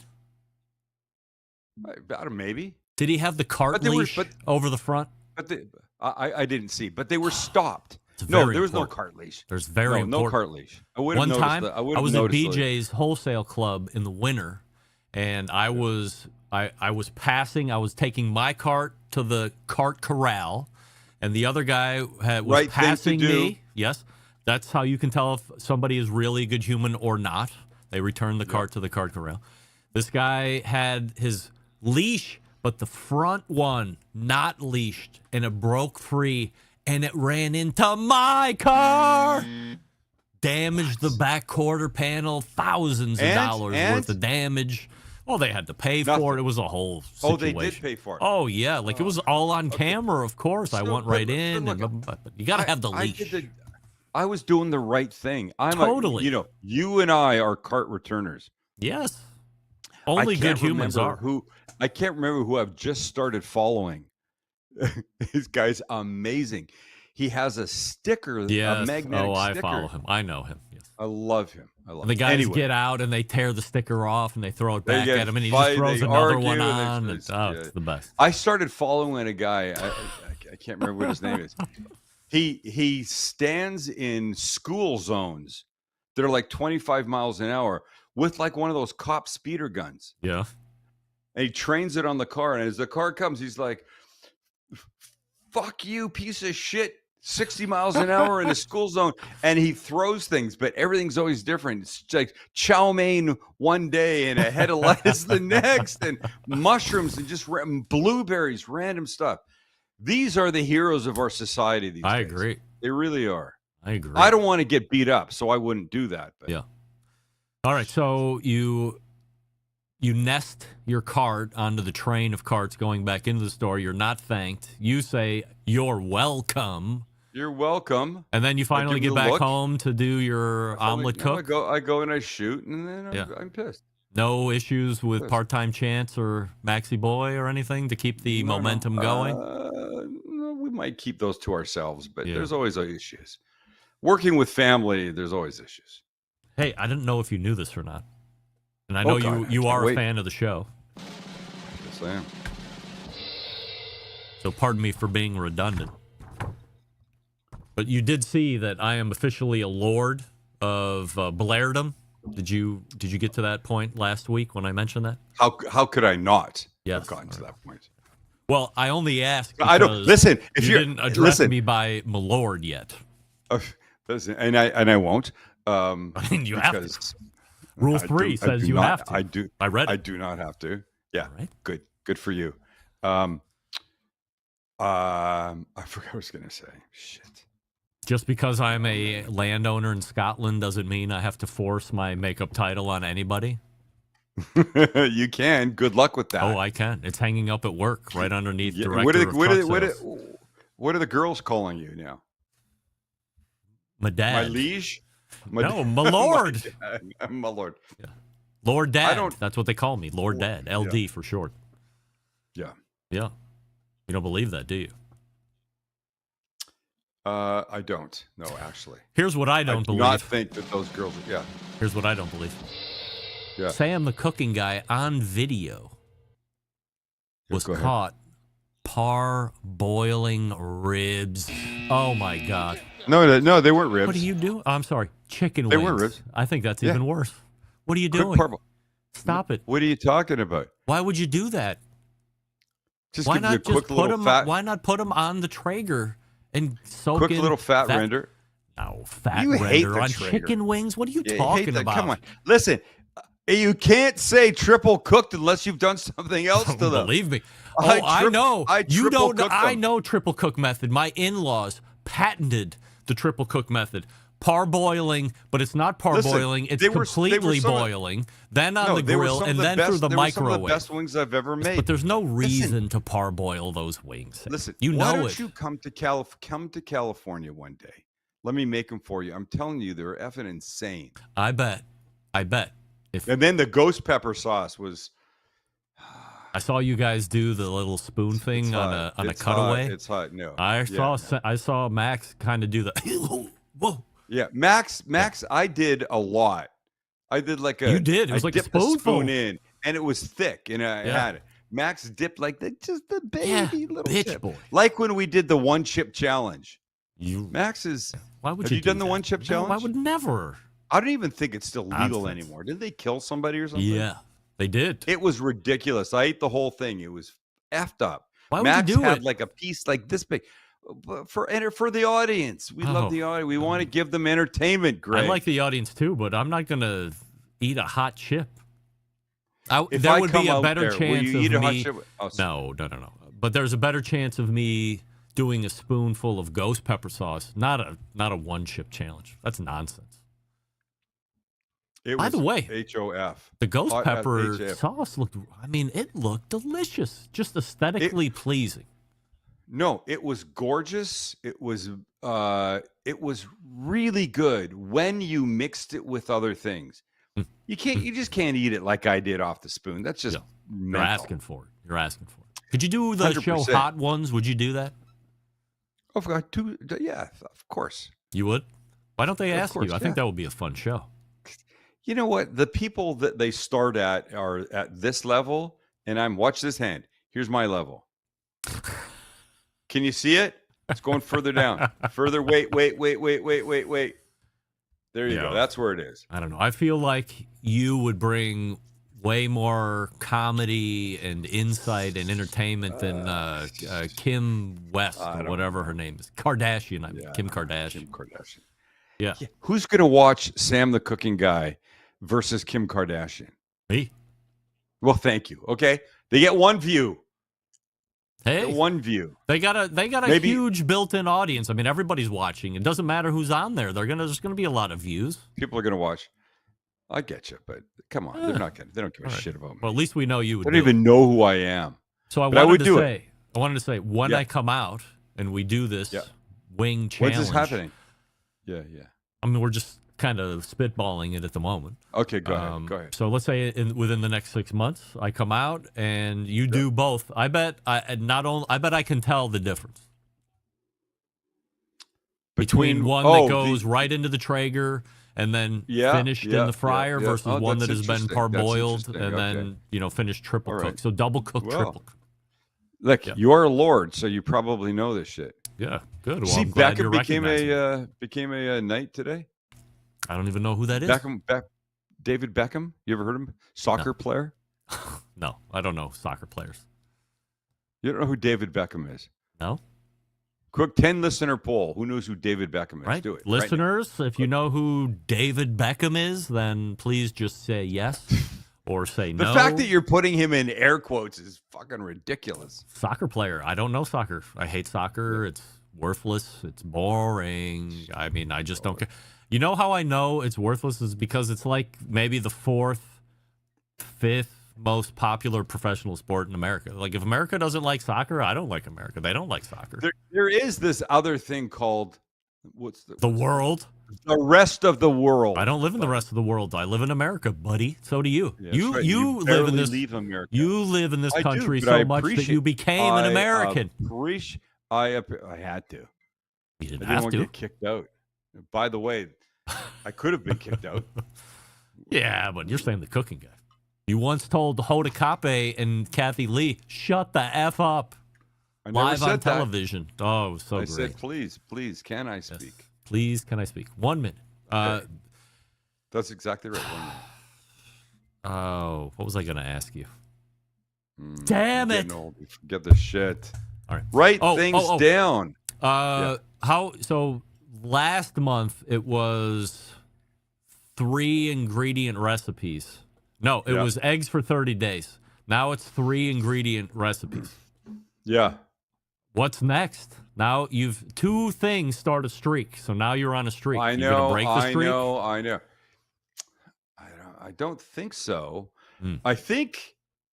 I'm thinking of trying. I was in this story the other day. So we just shot a video for the NFRA. No guns. National Frozen and Refrigerated Foods Association. Did we talk about this? I was at the conference. That conference I went to in Orlando twice. That one. Oh, once just as a what do they call that? A dress trial rehearsal run. To you? A dress rehearsal, yeah. Just the flight dress rehearsal. That's all. Yeah. So I'm in the supermarket looking at stuff for a video we just recently shot for them. Great video, by the way. And I see Gordon Ramsay has a frozen food line. Did you know that? Yeah, I think he's got everything line, right? I I thought He's I a never, hawker of way back. I think. I never saw that coming, and I thought, well, maybe I start trying OPF, other people's foods, trying some supermarket stuff, things that could be a real surprise. Like, I am not beyond using frozen foods, prepared foods to supplement this kind of stuff that I do. Like the what's her name used to do? Semi-homemade by Sandra Lee. She's the. I'm gonna just go on a limb here. She was horrible, Sandra Lee. She was horrible. She was very popular. And I'm sorry, didn't she marry the Andrew Cuomo? Andrew Cuomo. I don't know if they got married, but they were together. I don't know. Sure. You know, I remember seeing her at the beach one day doing some beach thing, and it was just nothing but breast. And I'm offended by that. Look, I'm a fan of breasts.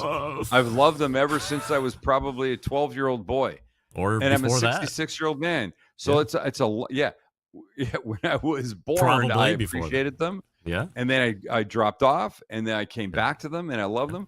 Yeah. But this flagrant use of sexuality to promote shows and sites, I'm not a fan of that. Wow. So Stand you don't on like your Giada own. either, Don't be then, doing.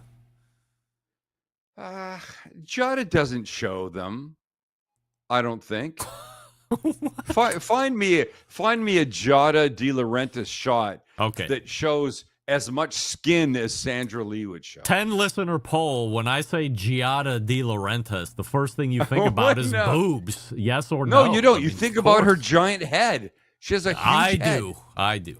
She has an unproportionally I agree. Sized head. It's bizarre. Did anybody answer on our last 10 listeners? 5 people said yes right off the bat. Said yes. What? What was the question? I don't remember. What was the question? You mean you don't remember? I don't remember. It was your question. What did you ask them? Damn it. Well, I don't remember. I have too many things happening here that nobody can see. The question was, am I the greatest television personality? Am I the greatest YouTube personality ever? They said yes. Okay, all good. right. Bob What was the McClurg question? immediately says yes about Giada De Laurentiis. So I'm right. So, but you don't find the No, same it's not off-putting. true. And here's her. the other thing about Sandra Lee. Oh. Sandra Lee always came across like she couldn't remember what she was going to say. Now we're going to take the French fries and put them in the sauce. There was always it was a weird thing. I would watch it and I'd be yelling, Kelly, could you come see this? This is insane. Look, you know how you're an audio podcast professional? Yes. Yes, I'm an on-camera professional. All right. Okay, so the question was David Beckham. Yeah. You know who David Beckham is. So 5 people right off the rip said yes. Yes. Yeah. Yes. Thank you. Thank you. So you did should you learn try soccer a Gordon little bit. Ramsay's food? No, I haven't. But that's the point. The point would be maybe trying these things. Like what is it? Like Frozen beef it was Wellington? It was like whatever. a beef stew. No, you couldn't do frozen beef Wellington. I don't think. It was a beef stew. And there was another one that I didn't look at. But like you had the embedded correspondents try that Arby's bullshit. I shot today and I got home. My plan in my head was I'm going to get them and then try them live here with you tonight. And I didn't. And I wanted to. It seems like Just to maybe see. But you I not think- doing it was the right decision. That's apparently what I've. Yeah. Yes, you're right. Yeah. Oh. You're either And getting a even who wa- mouthful of smoke and- or a mouthful of teriyaki, and in And any who was event, it? you're paying $1.10 per bite. Yeah. And wait, it was Rusty, who's a huge fan, right? Yeah, I believe Of he Arby's. said, Yeah. "I fucking love Arby's." Like he is a full-on man love with Arby's. Tell you, I've not had Arby's in the last. I don't even remember. I do remember the last time I had it. It's when they reintroduced their brisket sandwich, which is, I think, now a permanent fixture on the menu. But it was on, then it was off, then it came back on again. We did a taste test of it. It's fine. It's fine. You're being polite. Yes, You're being it polite. was. It wasn't shitty. You know me. Fast food and barbecue, I can't wait to shit on it as quickly as possible for entertainment value on this show. But it was fine. Wait, it's a little sauce too on cider, thin. sauce on No sauce on sauce. cider, sauce on the no sauce. No sauce. So what's The unique? conversation was interesting. I had a interview, so we're going way back now, probably in 2008, 2009, when it first appeared on the menu. I had the head chef at Arby's as a guest on the show, and we talked about the makeup of it and how important it was for them to partner with Sadler's Smokehouse in Tyler, Texas, who did all their smoking of briskets, this and that. The only thing I didn't really care for was no shock to you, right? They put crispy onion straws on the top of the brisket sandwich. I mean, onions are not, I don't want that on a brisket sandwich. I don't want much. Maybe sauce on side. Let me option to put it on or not. And then brisket. That's it. If you want to put it on a bun, fine. I'm probably going to take the bun off and eat it that way. The surprise ingredient was there was a thin layer of mayo on the top bun. And how'd you feel about that? I said, hey, I noticed that there's mayo on the bun. And what the heck? And he proceeded to explain how the way that they can get away with not using as much meat on the sandwich, but still give you a meaty mouthfeel and experience is by putting that thin layer of mayo. It captures all the brisket. And then as you bite and it gets worked in through your mouth, that mayo is kind of coating the inside of your mouth, enhancing the beef flavor. So you're satiated with the beef, but it's instead of half a pound, they can use a quarter pound. Instead of quarter pound, they can use eighth a pound and, kind of maximize that revenue stream. But mayo, that's where I kind of fell in love with mayo in a whole new way outside of, slapping it on the top of a cold cut sandwich. I'm a mayo fan. You see me use it all the time. Yes. And I'm a mayo fan because of Kewpie. I'm not being paid to say that. Yes, they do pay me to do videos and stuff. I love Kewpie. On the side, I'm a dyed-in-the-wool Kewpie fan. I may have done more for Kewpie than anybody. I agree. And I'm a huge fan. I go so far as to buy Kewpie smoke. They don't sell here. What is that? And Kewpie doesn't send it to me. It's Kewpie with a hint of smoke, and it's fucking no. It's not like liquid smoke. I mean, I don't know how they make it. I've never asked. I'm just telling you, if I'm gonna grab for a mayo, like when I go for paprika, I only keep one smoked paprika. Yeah. Right. If I was only going for one mayo, I'm going for the Kewpie smoke. And it is not fake like somebody, and I know you just have this huge hatred of liquid smoke. I get it. It's okay. It's fine. It's not that. It's just a little bit better. It's really good. But I order it from a Taste. I can't remember what the company's called. Taste Japan. Hold on. Let me just look. Online. So people know that I'm, yeah. I can't taste. Japanese Taste. I think that's it's the name of the website, JapaneseTaste.com. JapaneseTaste.com. And fake. Hold on. It shouldn't be fake. No, why is it fake? I said it sounds fake. JapaneseTaste.com. I heard you. Oh, JapaneseTaste.com. Yeah. All right. And I order the Kewpie smoke from there. And they come in small bottles. They're not cheap, but I buy 5 at a time because it's that good. I always get 5 at a time when I give my kids a couple, and it's really good. Are they coming from Japan? They're coming from Japan. Yeah. Wow. You can't get it here anywhere. I'm gonna get it. I'll send you one. How's that? No. Would you like? Let me send you one. No, I'll send you the headphones. You send me one. There you go. Right. But I'm not waiting until Christmas to send it to you. No, I'm not going to wait either. Yeah, I'm just going to send it. I'll put it in the mail tomorrow. Okay? Yeah. All right. You're going to like it. Yeah. What do I want to make for dinner tomorrow night? Fuck, I don't know. Jeez, you always ask this question. Yes. So yesterday, listen. God, yesterday was National Sandwich Day. On YouTube, for Kewpie, we did a grilled cheese on sourdough slices this big. Seriously, this round. You should watch it. It's a great video. With a schnitzelized chicken in the middle of it, and a really good little slaw. But don't make that. Also, in honor of National Sandwich Day, on my Instagram yesterday, I did tomato and potato chip sandwich. Yeah, saw that.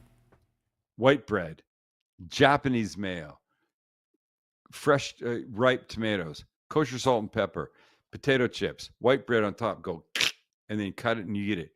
It's insane. I did it on TV yesterday on a station here for National Sandwich Day, and the anchor that ate it, she was like, when the segment ended, she was like, "Holy shit!" I go, "What?" She goes, "I mean, she doesn't eat meat. I did 2 other sandwiches that had meat in them." She goes, "I thought it was just going to be this little throwaway dumb thing." She goes, "I cannot believe how good this is." I go, "Well, I'm not going to bring shitty stuff here. Come on." I don't know. I'm not trying to be over dramatic here, but yes, you are. When you have a ripe tomato, I don't know if there's a better sandwich in the world than white bread, Kewpie mayo, or whatever mayo you like. Go ahead. A couple, 2-3 slices of tomato, kosher salt and pepper, bang it out. You got tomato sandwich. The potato so chip, good. I'm telling you.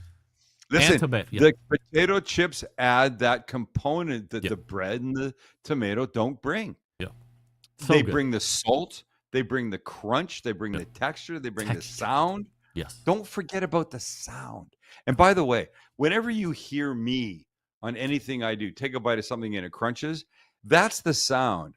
If you watch, I'm going to guess 60% of the creators out there, influencers, whatever they want to call themselves, when they go, listen to this, and they bite into something, they have enhanced the F out of that.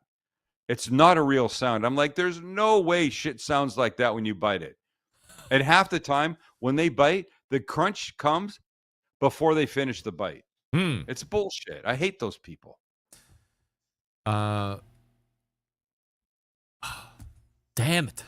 There it went again. How old are you? I don't 51. It's over, I guess. Start writing shit down, buddy. 51 going on 101.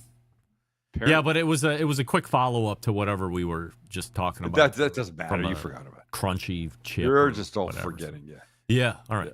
Well, look, Sam the Cooking Guy is here, and you can follow him, thecookingguy.com. You can shop for all of his cool stuff, especially knives and shirts and stuff. The shop, STCG.com. And we probably have other stuff to talk about in that regard. Handful of months down the road from then. Yes, of course. Oh, yes, we do. We do have things to talk about in that regard down the road. Yeah. Yep. So I say this. Yeah. Happy Thanksgiving. And thanks, buddy. We look forward to seeing you in December for all the gift-giving advice that we're going to get and how we're going to cook that prime rib or whatever the hell we're going to cook if we're not doing turkey. Wait, some people you may talk turkey. about no. I don't. Some people do. I mean, like two turkeys. Yeah, turkey like on smoked Thanksgiving, and turkey on no. I only on Thanksgiving. No. Thanksgiving oven roasted turkey. I don't think you can. I want the smell of turkey in the house. I don't want it outside. Yeah. I'm not deep frying it. No, I don't want that. I do like it. I've done it 1,000 times. I want the smell of the roasting turkey in my house. Yeah, that's what I do. Did I ask you the YouTube poll question of the week? You did not. Oh my God. Let's end it here. David Lee Roth. Okay, wow. So 75% of the YouTube voting public are saying David Lee Roth as Sammy the singer. Hagar.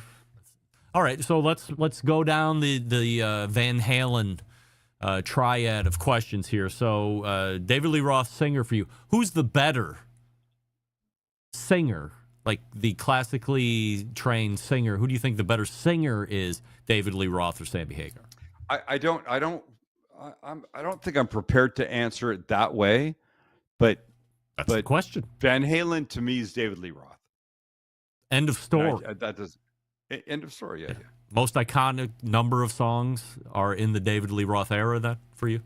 Yeah, I mean, I numbers I don't know, but that's when I think Van Halen. That's what I think. I think David Lee Roth. I don't think Sammy Hagar. Never like Right Now. That song. And sing. Or, and sing. No. Listen. What about Love? Like, he's great. But he's somehow soiled himself in my mind as he's aged or something. I don't know. There's something about Sammy Hagar. Sammy Hagar's somehow done things that he's just not the same. For some reason, I believe you have Sammy Hagar and David Lee Roth mixed up.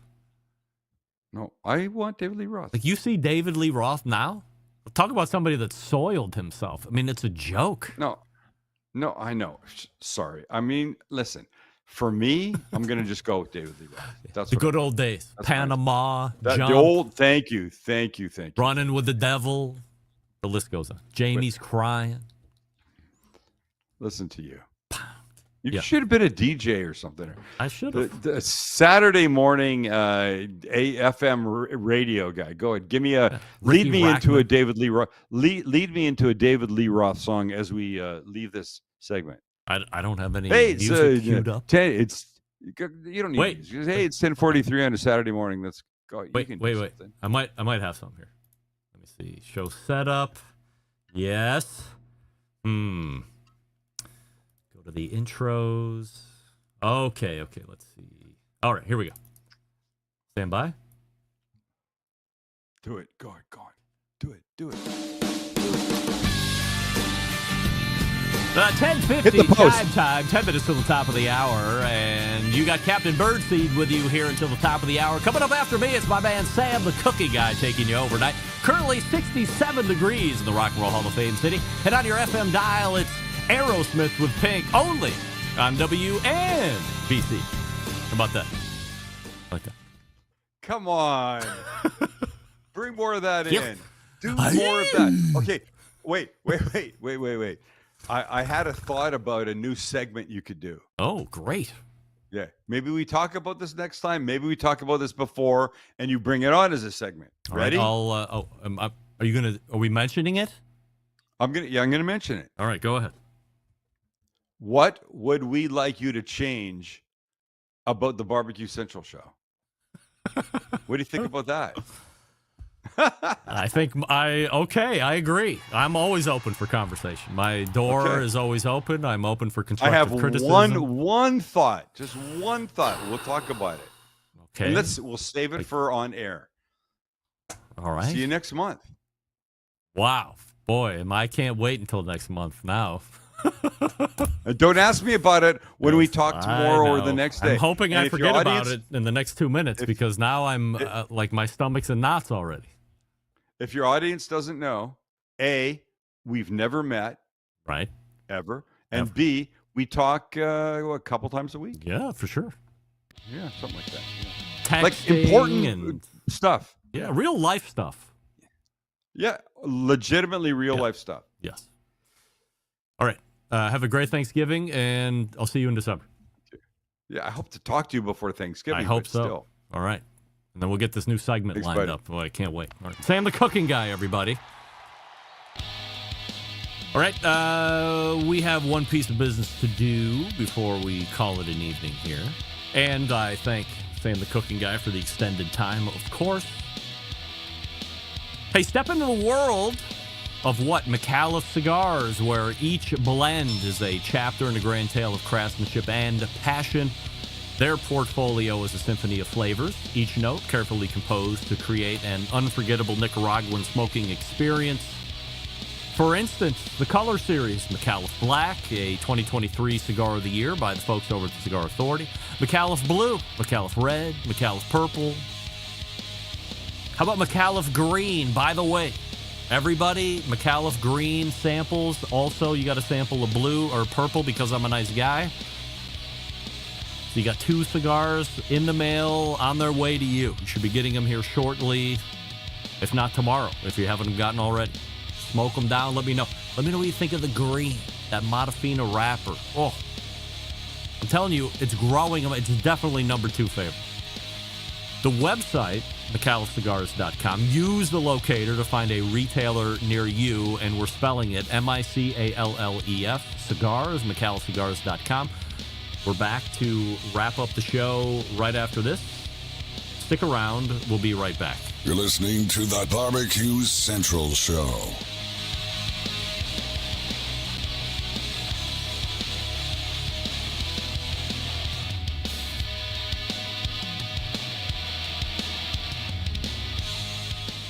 Whole packers, full racks, legs and thighs. injecting butts. If you've never heard this before, you might think you found the best XXX show ever.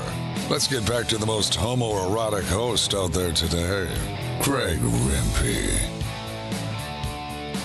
Anyway, thanks, Dan, the cooking guy, for joining us for the last segment plus extended time. TheCookingGuy.com is a website for all products and videos and recipes. ShopSTCG.com, strictly for gear and other stuff. I recommend the knives. Much like Fireboard in the first hour has must-have items to gift for your loved ones during the holiday season, Shop STCG and the knives. The knives are spectacular. God, I love them. I'm not so sure I am now excited to have the new segment on the show. One thing that you would like to change about the Barbecue Central show. I don't know if I'm into that or not. I'm going to have to think long and hard about that and then decide if that's something I want to hear. It could possibly hurt my feelings, and I certainly don't want that. All right, let's go ahead and make tracks out of here. All the way back in the first hour, it was a Malcom Reed, and then it was a World Food Championships creator, like McCloud. Second hour, extended Sam the Cooking Guy. Big show planned for you next week. Actually, next week, there's not going to be a live show. However, there will be new content in the podcast feed on Wednesdays and Thursdays. You will have an interview on Thursday with Robert Moss. You will have an interview on Wednesday with Barbecue Central Show's official cigar expert and Barbecue Central Show's Guest Hall of Fame nominee, Mr. J. So, new content. No live show on Tuesday, going to a Christmas event in Akron. Have to do that. Want to do that.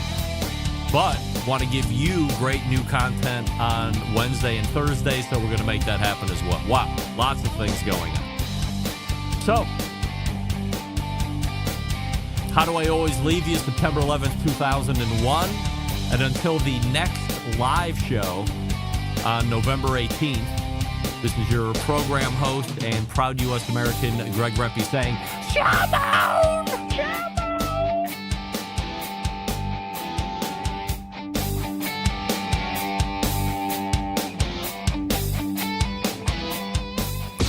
Hi, this is Austin Parsons, Pitmaster with Smoky Mountain Q in Nashville, Tennessee, and you are listening to the Barbecue Central Show.